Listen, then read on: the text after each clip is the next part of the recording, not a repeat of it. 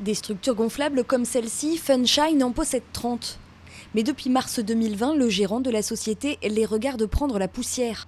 Pas une n'a été louée et c'est le même constat pour les structures extérieures. En ce moment, en mai-juin, la grosse partie, c'est les écoles.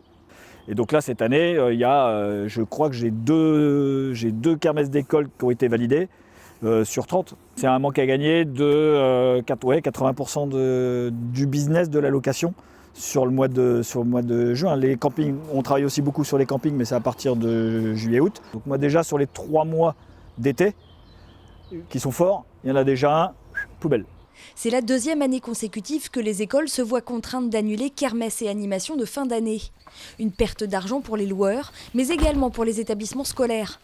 Et ici à Torigny, cela met l'école privée dans une situation financière compliquée, d'autant que des travaux de taille vont devoir être réalisés. En fait, cet hiver, nous avons connu un petit dégât des eaux en fait, qui est apparu par le toit qui est au-dessus de nous. Et donc, des infiltrations d'eau sont arrivées dans la salle. Donc, après expertise, on s'est rendu compte qu'il fallait complètement refaire la toiture. Un chantier de 14 000 € à la charge de cette école dont les caisses sont vides. Alors dans un premier temps, l'organisme de gestion de l'enseignement catholique de l'établissement va organiser une vente de repas à emporter.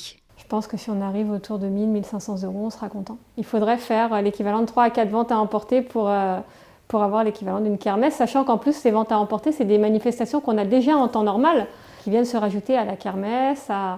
Et cette année, elles vont juste venir en remplacement. Et c'est vrai que là, voilà, on va gérer les urgences en priorité et en espérant retrouver rapidement une vie normale et puis pouvoir reprendre un fonctionnement tout à fait normal. Et en attendant ce retour à la normale, l'école a lancé une opération de mécénat afin de récolter des fonds pour financer les travaux de la toiture.